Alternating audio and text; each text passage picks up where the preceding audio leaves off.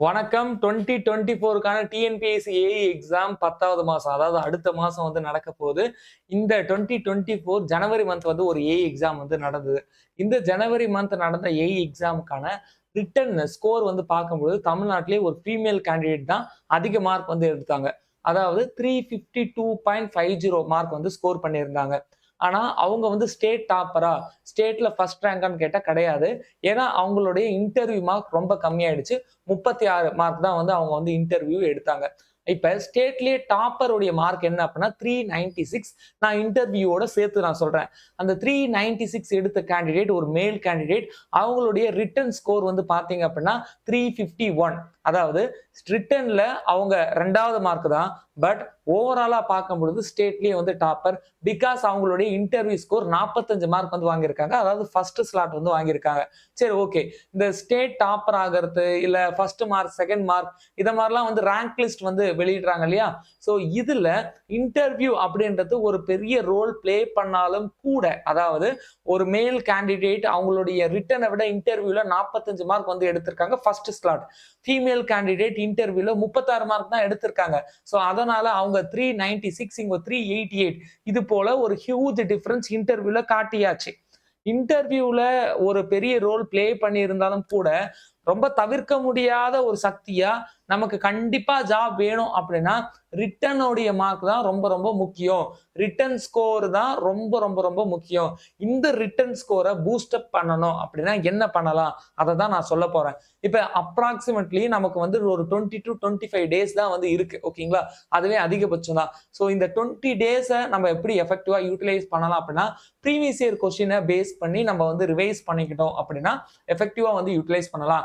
Previous year கொஸ்டின வச்சு நம்ம analyse பண்ணும்பொழுது நெறைய சீக்ரெட் வந்து நமக்கு வந்து தெரியுது. அதாவது ஒரு கொஸ்டினுடைய ஏரியா, அந்த கொஸ்டினுடைய ஏரியாவ பேஸ் பண்ணி தான் கொஸ்டின வேற வேற ஃபார்ம்ல வந்து கேட்டுட்டே வந்து இருக்காங்க. சோ ஃபர்ஸ்ட் ஆஃப் ஆல் நமக்கு தெரிய வேண்டியது சிலபஸ். இந்த சிலபஸ பேஸ் பண்ணி இருக்கக்கூடிய ப்ரீவியஸ் இயர் கொஸ்டின்ஸ். இந்த ப்ரீவியஸ் இயர் கொஸ்டினும் ஒரு 1 இயர், 2 இயர் கொஸ்டின்ஸ் வந்து நம்ம எடுக்கக்கூடாது. லாஸ்ட் 5 இயர்ஸ்க்கான கொஸ்டின்ஸ் நம்ம எடுத்து அனலைஸ் பண்ணி தான் நம்ம வந்து பிரிப்பேர் பண்ண வேண்டியது இருக்கு. 2018லயே 2 வாட்டி வந்து ஏஇ எக்ஸாம் வந்து நடந்தது. அப்ப 2018ல ஆரம்பிச்சு இப்ப 2024 வரையும் டோட்டலா 5 வாட்டி ஏஇ எக்ஸாம் வந்து நடந்திருக்கு. 2024 ஜனவரி வரையும் நான் சொல்றேன். இந்த 5 வருஷம் ஏஇ கொஸ்டின்ஸ நீங்க சப்ஜெக்ட் வைஸ் செக்ரிகேட் பண்ணி நீங்க வந்து வொர்க் அவுட் பண்ணீங்க அப்படின்னா, கண்டிப்பா இந்த ஏஇ எக்ஸாம்க்கு ஒரு நல்ல அட்டெம்ப்ட் வந்து குடுக்கலாம். ஓகேங்களா? சரி, ஓகே. இதுக்காக நம்ம என்ன பண்ணலாம் அப்படின்னா, இந்த 5 இயர்ஸ்க்கான கொஸ்டின் பேப்பர டீகோட் பண்ணி, subject wise, topic wise decode பண்ணி, வொர்க் அவுட் பண்ணி, ரெடி பண்ணி வச்சாச்சு. சோ இந்த கொஸ்டின்ஸ நான் உங்களுக்கு ரிவிஷன் குடுக்க போறேன். ஒரு 20 டேஸ் நம்ம வந்து டைம் எடுத்துக்கலாம். இது 20 டேஸ் சேலஞ்ச். இந்த 20 டேஸ் சேலஞ்ச்ல நீங்க வந்து பார்ட்டிசிபேட் பண்ணிக்கலாம். இந்த 20 டேஸ் சேலஞ்ச் YouTubeல ஃப்ரீயா ஸ்ட்ரீம் ஆக போகுது. டெஸ்ட் பேட்ச் ஜாயின் பண்ணவங்களுக்கும், ஃபவுண்டேஷன் மற்றும் ஆர்ஆர்பி ஸ்டூடெண்ட்டுக்கும் இது வந்து Zoom மீட்டிங்ல நடக்கும். Zoom மீட்டிங்ல நீங்க என்னோட கொஸ்டின் கேட்கலாம். பட் அது வந்து YouTubeலும் பேரலலா ஸ்ட்ரீம் ஆகும். இந்த 20 டேஸ் நடக்கக்கூடிய இந்த லைவ நீங்க அட்டெண்ட் பண்ணீங்க அப்படின்னா, இந்த 20 டேஸும் முழுக்க முழுக்க ப்ரீவியஸ் இயர் கொஸ்டின் தான் நம்ம டிஸ்கஸ் பண்ண போறோம். டிஎன்பிஎஸ்சி ஏஇ பேட்டர்னுக்கு டிஸ்கஸ் பண்ண போறோம். இந்த 20 டேஸ் முடிஞ்சு நீங்க போய் எக்ஸாம் எழுதும் பொழுது அதுக்கான இம்பாக்ட்ன்றது கண்டிப்பா வந்து இருக்கும். அதாவது ஒரு 200 கொஸ்டின்ஸ் இருக்குன்னா, அதுல 100 டூ 150 கொஸ்டின் கிட்ட நம்ம பிரெடிக்ட் பண்ணி ப்ரிப்பேர் பண்ணதா தான் வந்து இருக்கும். அதனால தயவு பண்ணி இத வந்து அட்டெண்ட் பண்ணுங்க. மெனி பீப்பிள் வந்து கேட்டுட்டே இருக்கிறது, வாட் இஸ் ரைட்டிங் சேலஞ்ச்? அத வந்து நிறைய பேர் கேட்டுட்டே இருக்கீங்க. ரைட்டிங் சேலஞ்ச் அப்படின்னா என்னன்னா, முழுக்க முழுக்க நமக்கு தெரிஞ்ச கான்செப்ட் எல்லாத்தையும் நம்மளுடைய சப்கான்சியஸ் மைண்ட்ல இருக்கா இல்லையான்றத நம்ம டெஸ்ட் பண்ணி பார்க்கிறோம். அதாவது ஒரு 4, 5 A4 சீட் எடுத்துட்டு நான் கொஸ்டின் சொல்ல சொல்ல நீங்க மாட்டு எழுதிட்டே இருக்கணும். இதுதான் வந்து ரைட்டிங் சேலஞ்ச்.